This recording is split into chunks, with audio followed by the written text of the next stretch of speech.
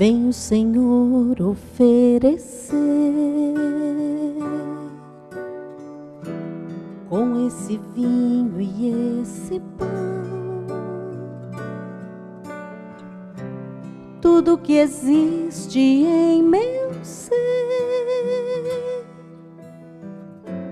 tudo que há em meu coração, vejo agora em teu altar.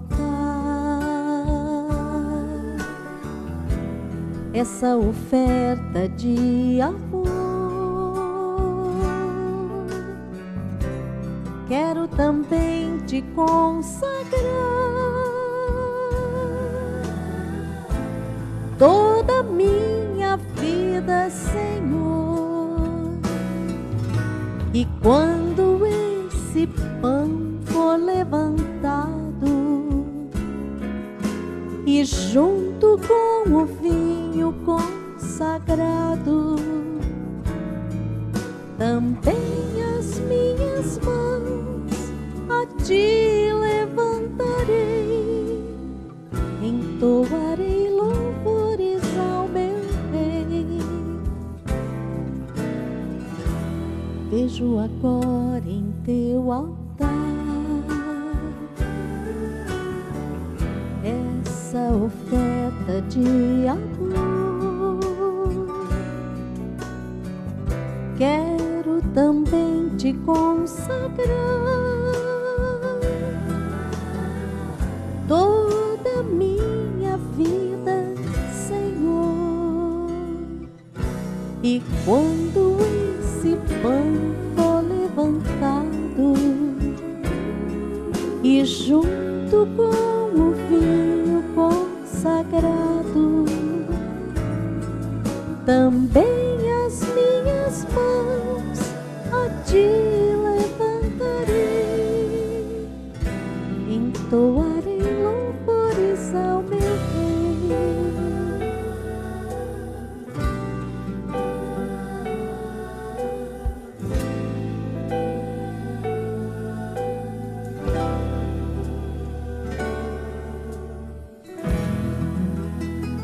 Louvado seja o nosso Deus. É com muita alegria que nós iniciamos este programa Brasil Cristão desta semana. A paz do Senhor permaneça hoje no seu coração, plenifique a sua vida, a sua família, que Deus faça você muito feliz nesse momento. E se você está sofrendo, Ele também vai consolar o seu coração, porque nosso Deus conhece profundamente cada um de nós. Hoje nós estamos felizes também porque vamos tratar de um tema muito especial para a nossa vida de cristão, de católico. Dessa semana, no próximo domingo, nós celebraremos a solenidade de Cristo Rei. Cristo, que é o Rei da nossa vida. Mas será que Ele é mesmo o Rei da minha vida? Faça essa pergunta para você mesmo durante este programa de hoje e responda com a graça e com a sabedoria de Deus. Peça o Espírito Santo. Vamos nos perguntar no dia de hoje: Jesus é realmente o meu Rei? E para nos ajudar nessa reflexão, nós vamos receber um sacerdote, um missionário claretiano que vem da Diocese de Pouso Alegre e que está conosco também aqui na programação da Rede Século XXI, o Padre Heitor de Menezes. Com muita satisfação a gente recebe. Sua bênção, Padre. Oi, tudo bem? Graças a Deus, tudo bem. Vamos nos sentar então, para a gente começar a nossa conversa hoje, Padre, sobre esse assunto tão importante, não é mesmo? Muitíssimo importante, que é a conclusão do nosso ano litúrgico com a festa do Cristo Rei. Isso para nós cristãos é de suma importância. Então, Padre, por que é tão importante? Acho que em primeiro lugar a gente pode dizer isso. Por que é tão importante que Jesus seja o meu Rei na minha vida, pessoalmente? Consagrar a nossa vida a Deus é um ato nobre, de confiança absoluta. Entregar o nosso ser a Deus nos faz estar junto a Ele de modo mais íntimo e reconhecer que o Filho, enviado pelo Pai, é o Rei do Universo, coroa toda a nossa história, não somente o hoje, mas o ontem e o amanhã, porque Cristo, ele é rei de toda a história da humanidade. Por isso que vale a pena a gente buscar lá atrás na nossa história aquilo que fez com que essa festa fosse estabelecida, porque ela não é uma festa nova, ou melhor, não é uma festa antiga, ela é nova. Então, ela não é assim desde o início, né, da nossa igreja, ali alguns anos depois da Essa festa ressurreição ela vem sancionar de fato a razão da nossa fé. Cristo é rei. A Sagrada Escritura já nos fala, os evangelhos nos falam do reinado de Jesus Cristo. Todavia, a solenidade de Cristo Rei, ela só veio a ser instaurada na igreja e liturgicamente pelo Papa Pio XI. Ah, então é bem recente Bem mesmo. recente, início do século XX, 1925, na sua primeira encíclica, quando ele fala, não é, que todo o universo e toda a história deve estar sob o reinado de Jesus Cristo. E aí a gente vai perceber o porquê que ele faz isso, não é? E qual é o porquê, Que padre? não Explique para nós. Que não é tão diferente da nossa vivência hoje. No início do século XX, o mundo saía da Segunda Guerra Mundial. E com aquilo existiam grandes movimentos contrários à igreja, um anticlericalismo muito forte, não é? Marchava para com as coisas da fé. E o povo, concretamente, recebia essas informações. O fascismo na Itália, o nazismo, na Rússia também, o nazismo na Alemanha, não é? Tudo isso, o comunismo na Rússia, tudo isso girou em torno do mundo um grande movimento contrário à fé. A igreja era bombardeada com essas informações anticristãs. E o Papa... Aliás, a igreja sempre continua sendo bombardeada, Por isso né? que eu falei, não é que não é tão diferente quanto a nossa história atual, início do século XXI. Não é verdade, padre. E o Papa, corajosamente, nadando contra a maré, não é, teve a coragem de, na sua primeira encíclica, trazer o tema Cristo Rei do Universo. E com essa encíclica, ele estabelece essa solenidade que fecha, que conclui o ano litúrgico. E é tão interessante a gente ver que os papas agem mesmo pela ação do Espírito Santo, não é, padre? Claro, são homens inspirados. É bem verdade que dentro da história da igreja nós tivemos alguns personagens que fugiram da inspiração do Espírito, que se deixaram envolver pela vaidade, que se deixaram envolver pelos sentimentos humanos, as paixões desordenadas, todavia o Espírito sempre conduziu. E eu sempre penso o seguinte, Maria do Rosário, que aqueles personagens foram necessários naquele momento da história, para nos mostrar a grandeza de Deus.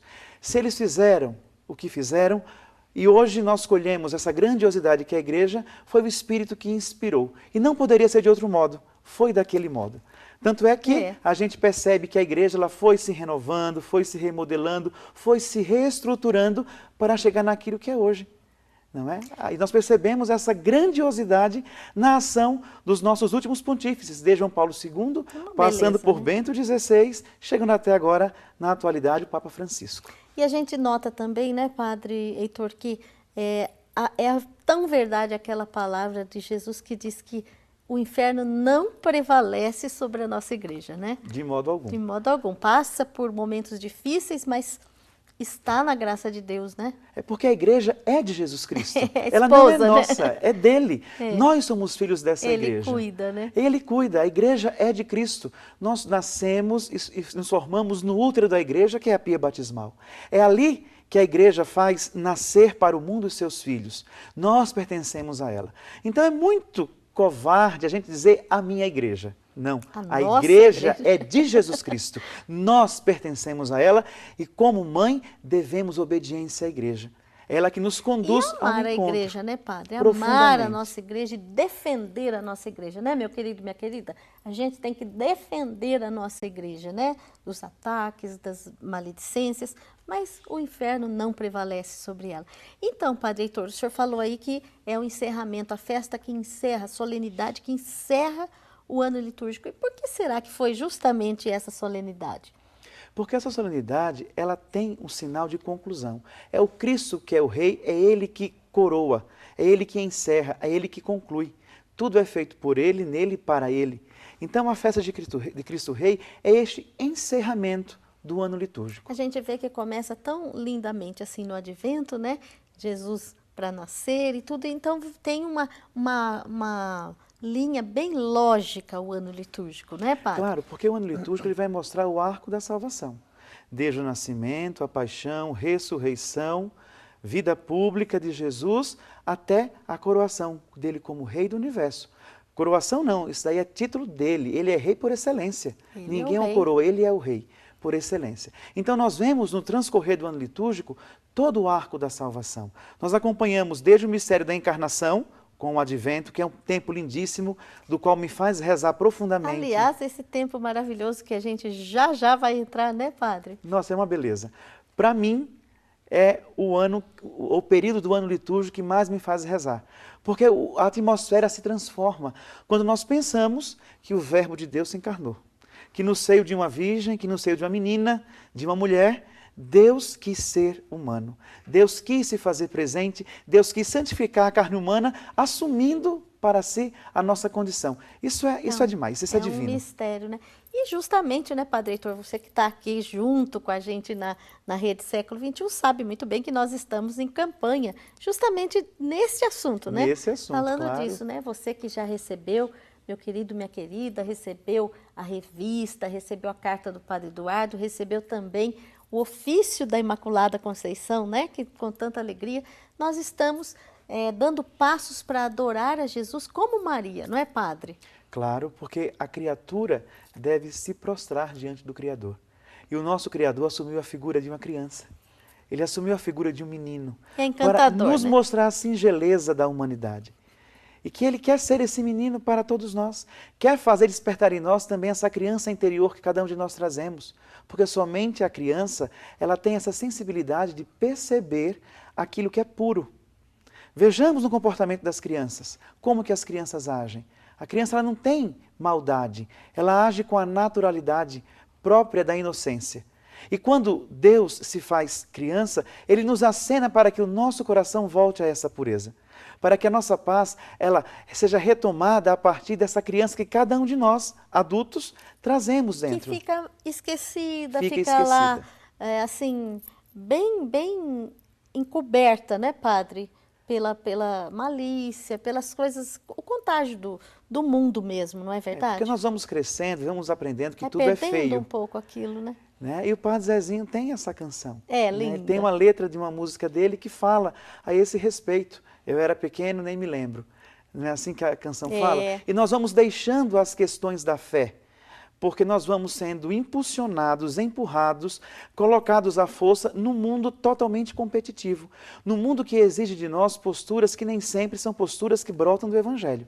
Por isso que o Santo Padre... Nunca, né, Padre? Não, nunca. O Santo Padre, o Papa Emérito Bento XVI, resgata isso neste ano da fé que estamos vivendo. Ano passado ele instaurou justamente para isso, para que nós recuperemos, enquanto cristãos, essa fé que possivelmente pode estar acobertada, apagada, acabrunhada, acanhada. Está tímida lá dentro, né, Padre? Porque eu vejo isso, Maria do Rosário, nas nossas assembleias. São assembleias cheias. Sabe, na minha paróquia, por exemplo, nas 4 missas do domingo, a igreja comporta cerca de 700 pessoas. Não tem onde pôr gente. Mas eu fico pensando, e o desdobramento dessa Eucaristia na vida cotidiana? É verdade. Quantas celebrações existem no mundo inteiro? E se todos nós que nos comportamos ou nos assumimos como cristãos, de fato bebêssemos e deixássemos eucaristizar a vida, o nosso mundo seria diferente. Seria um mundo eucaristizado. Realmente o rei da vida das pessoas, né? Pois é, porque ao passo que quando eu comungo o corpo e sangue de Cristo, eu não faço apenas um ato, eu não trago Cristo para dentro de mim apenas, eu também me coloco dentro do Cristo. E quando eu me coloco dentro do Cristo e o Cristo em mim, aí confirma aquilo que o próprio Senhor fala. Todo aquele que come minha carne e bebe meu sangue, permanece em mim e eu nele. Então, se o Cristo está em mim e eu estou no Cristo, a minha vida é ser Cristo na vida do outro. E realmente, quando se reflete Jesus, que a gente comungou, ele está fazendo o trabalho dele no convívio da gente, na vida da gente, né? Claro, ele mesmo fala. Ele age, né? Quando 2 ou mais estiverem reunidos em meu nome, lá estarei no meio dele. Então, a presença do Cristo, ela nunca se dá somente no individual. Não é particular, né, Não é padre? particular, é no comunitário. Então, essa de dizer, eu não vou à igreja, eu não gosto do padre, eu gosto de Jesus Cristo, eu sou católico, mas eu não preciso rezar. Isso não existe. O cristão que é católico, ele deve confiar, sim, confiar no Cristo que guia a igreja, que é santa e pecadora.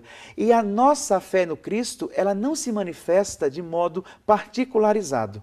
A nossa fé, ela é individual, porém se manifesta numa comunidade de fé, que é a igreja, que está reunida para celebrar a Eucaristia. É solidária, né? A igreja é solidária, a igreja é comunidade, né? A igreja é união, É né? união, isso mesmo, a palavra é correta. Que seja um, né? Que seja um, assim como eu e o Pai somos um. Está lá no Evangelho de São João. Então não existe eu viver a minha fé isolado. O cristão não nasceu para a solidão. Nós não somos solitários. Graças a Deus. Graças a Deus. Nós podemos ter, sim, algum desafeto com alguns dos nossos irmãos, o que não nos retira da dinâmica da igreja. Porque o Cristo é muito claro quando nos pede para amar uns aos outros. Amai-vos uns aos outros como eu vos amei. Cristo amou desde os seus apóstolos, aos discípulos, a mãe, até mesmo Herodes. Até mesmo os fariseus. Os algozes, né? Cristo amou a todos, mesmo aqueles que o crucificaram. Mas o Cristo, ele veio nos mostrar esse amor puro. Porque o amor não é esse de eu gostar. Eu gosto do que me dá prazer. Certamente Jesus não gostava dos fariseus. Humana, né? A natureza humana. Né? Quando Jesus fala para os fariseus, vá dizer aquela raposa para Herodes, Jesus não estava agindo com gostar. Ele não gostava da atitude de Herodes. Não gostava do comportamento. Mas o amava como filho de Deus. Mas o amava como filho de Deus, como irmão, como humano. E por isso também morreu por ele. O sangue de Jesus não é derramado só pelos que são justos, pelos ditos bons, né, padre? Não. Eu vim para ser remédio. É isso que ele fala. Eu vim para os pecadores. Então, se nós nos reconhecemos pecadores, porque às vezes a gente tem essa falsa ilusão de sermos perfeitos. E isso nos mancha e mancha a igreja. Nós somos pecadores. E quando criamos essa consciência do nosso pecado, nós vamos perceber da necessidade de Deus. Deus está aí para me ajudar, para me resgatar, para me impulsionar. Por isso que a minha fé deve ser comungada e professada nesta igreja. Para que o meu testemunho, ele possa também ajudar a outros a despertarem na fé. Eu seja um cristão solidário mesmo com o meu pecado. Porque o pecado não nos exime da graça de Deus. Ele nos impede de usufruir da graça de Deus. Mas o pecado é o momento no qual nós encontramos com a misericórdia. Porque quando a gente é fraco, que Deus é forte, né? Quando eu caio, é o momento que Deus age de fortaleza. Me ergue, me levanta, me restaura e me devolve no caminho. E aí é onde está a minha parte, de me abrir para essa misericórdia redentora. De fazer com que ela tenha esse efeito dentro em mim, para que eu possa me manifestar na vida do outro como um outro Cristo. Que bom, né? Nós temos aqui hoje o Padre Heitor de Menezes, que veio nos ajudar nessa reflexão belíssima sobre a solenidade de Cristo Rei e também o encerramento do Ano da Fé. Esse ano da Fé estabelecido pelo Papa Emérito agora, Bento XVI, e nós vamos continuar todo esse programa falando sobre esse assunto. Você está gostando? Que bom! Então participe conosco, fique atento que daqui a pouco nós já voltamos com o programa Brasil Cristão para você. Até já!